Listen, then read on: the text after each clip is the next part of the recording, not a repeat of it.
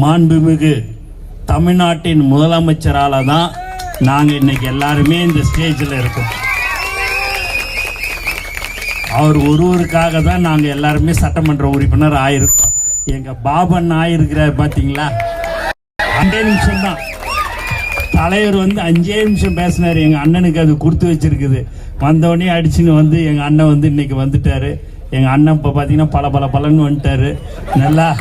நல்லா அருமையாக, ரொம்ப உண்மையாகவே சொல்கிறேன், அவர் இந்த வயசுக்கு சுறுசுறுப்பாக இருந்து தொகுதி மக்களுக்கு என்ன பிரச்சனையெல்லாம் கேட்டு செய்யக்கூடிய ஒரு நல்ல சகோதரர் பாபு அண்ணன் இருக்கிறாரு. அவருடைய எப்படிலாம் அவரெல்லாம் எந்த மாதிரியான இதெல்லாம் தொகுதி பிரச்சனையெல்லாம் செய்கிறாரோ அதை எல்லாத்தையும் நாங்களும் பார்த்து, சபரியாக இருந்தாலும் சரி, ராம்குமார் சாராக இருந்தாலும் சரி, எல்லாருமே நாங்களும் அதே மாதிரி எல்லாம் செய்யணும்னு எங்களுக்கு ஆசை.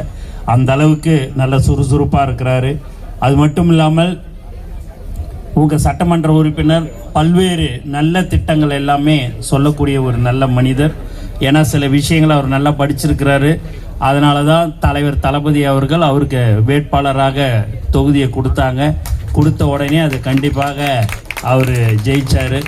இங்கே தினகரன் இருப்பாருன்னு நினைக்கிறேன். அவர் கேட்டு இருந்தார் சீட்டு.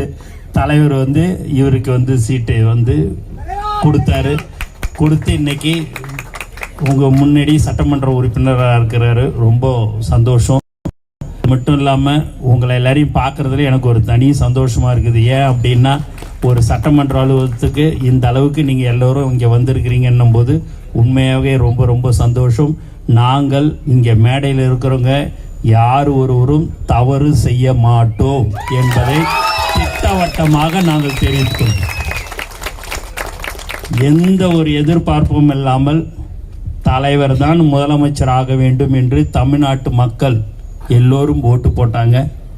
அதுக்கு நம்பிக்கைக்குரியவர்களாக நாங்கள் உங்களுக்கு சேவை மட்டும்தான் செய்வோம். எந்த ஒரு தவறும் திரும்ப சொல்கிறோம் செய்ய மாட்டோம் என்பது தெளிவாக தெரிவித்துக் கொள்கிறேன்.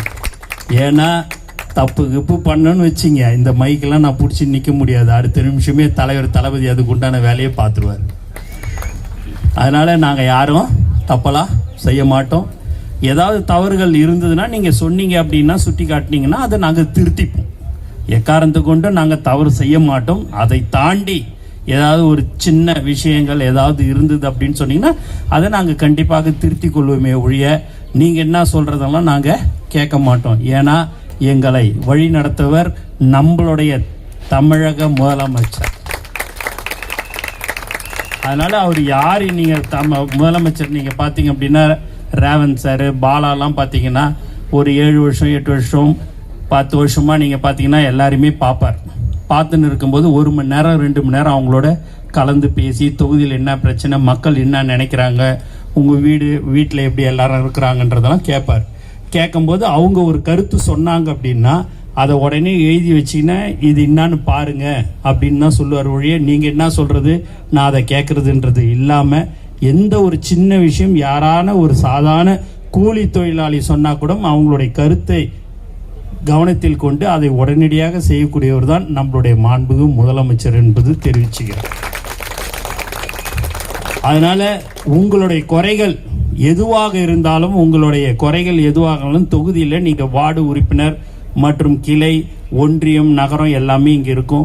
அவங்க யார் நீங்கள் சொன்னீங்கனாலும், பகுதி செயலாளர்லாம் எந்த குறைகளாக இருந்தாலும் நீங்கள் சட்டமன்ற உறுப்பினர்கிட்ட சொன்னீங்க அப்படின்னா அவர் எங்களிடம், அமைச்சர் பெருமக்களிடம் கண்டிப்பாக அதை எங்களுடைய கவனத்துக்கு வருவார்.